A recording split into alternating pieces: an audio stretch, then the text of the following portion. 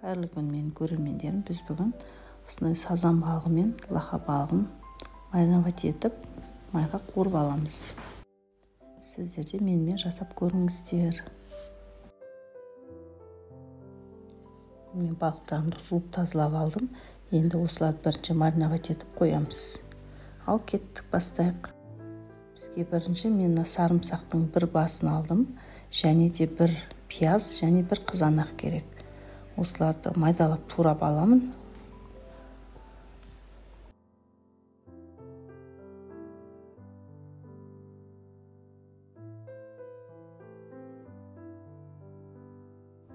Енді пиязымызды да турап аламыз. Шіле қиқалаудың қажет жоқ, пияз ірі турай саламыз.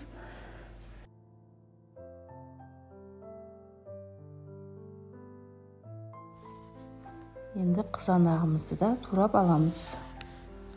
Жаман жақтарын, бас жақтарын алып тастаймыз. Енді осыны майдалап тураймыз.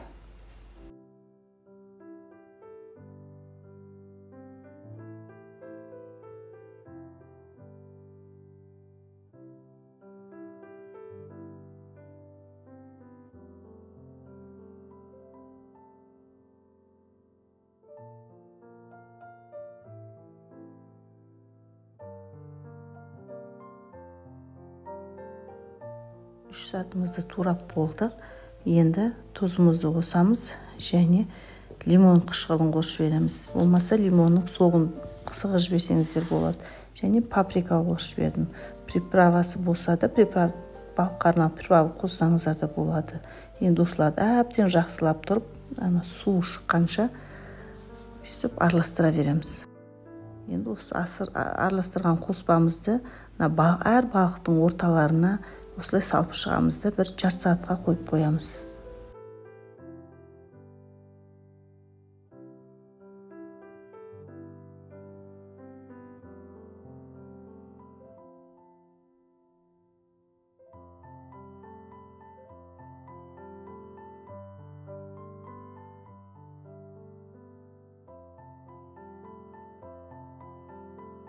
Біз балығымызды мариновать етіп, бәрін дайындап қойып қойдық. Енді осылар жарты сағат тұрғанша біз балығымызды әзірлей берейік. Бізге ол үшін су қосамыз, мұздай су, және де ұн қосып, тұз қосып жібереміз. Бұл бір жерде мөлшеріне қарай дайындай береміз, ешқандай мынанша грамм деген жоқ. Мен балығымның мөлшеріне қарай өзім дайындадым.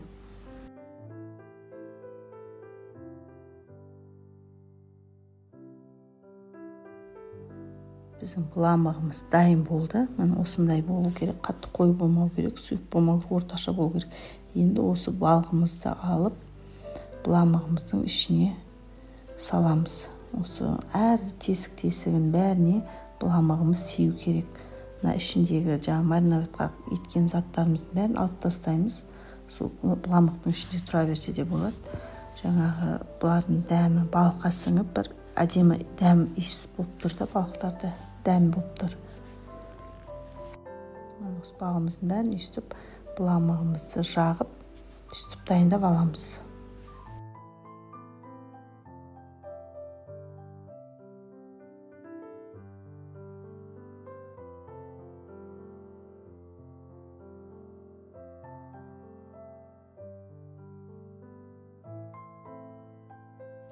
Біз балығымызға бұламығымызды жағып дайындап алдық.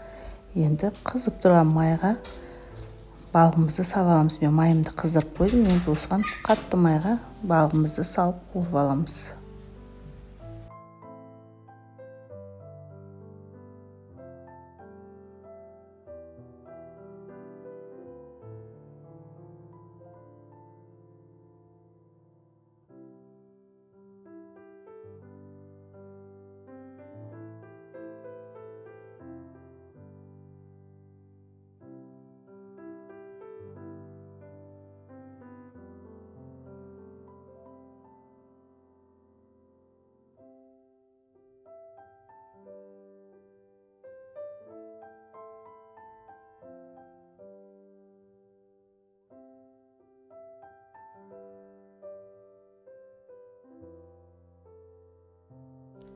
Біздің балығымыз қып-қызыл болып, дайын болып пісті. Енді осыны тарелканың бетіне салфетка төсеп, балығымызды сүзіп аламыз. Біздің балығымыз қытырлақ және қып-қызыл болып дайын болды.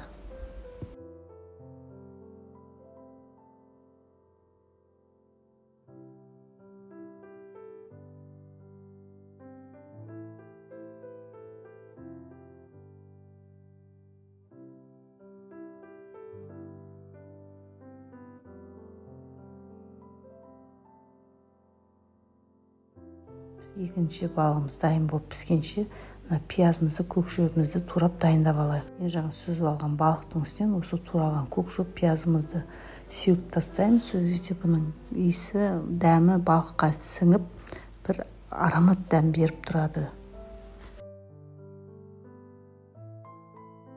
Менің балығым дайын болды. Осындай қып-қызыл болып пісіріп алдым. Сіздер де менің әдісіммен пайдаланып, міндетті түрде пісіріп көріңіздер. Бәріңізде ұнайтынына сенімдімін. Енді ұнаса лайк басып тіркеліп кетіңіздер. Рахмет.